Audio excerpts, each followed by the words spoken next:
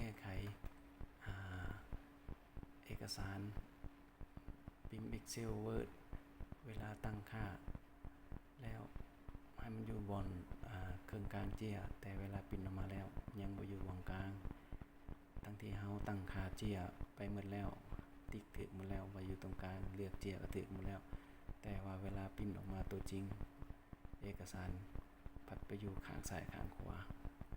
วิธีตั้งค่าเฮาจะเข้าไปตั้งค่าอยู่ที่เข้าไปที่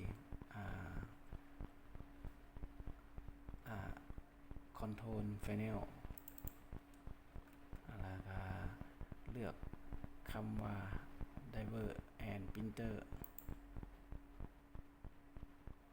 แล้วมาเลือกแล้วมาหาเครื่อง Printer หลักที่เฮาใส่ปัจจุบันแล้วคลิกขวาเลือก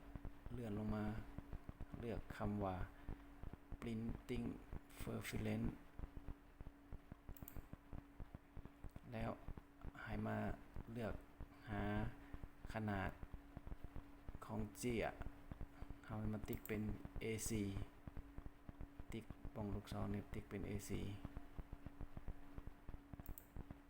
แล้วคลิกตกลงแล้วก็กดออกไปหลังจากนั้นเราก็ลองพิมพ์เอกสารเบิ่งว่ามันได้หรือบ่อันนี้คือวิธีแก้ไขเบื้องต้น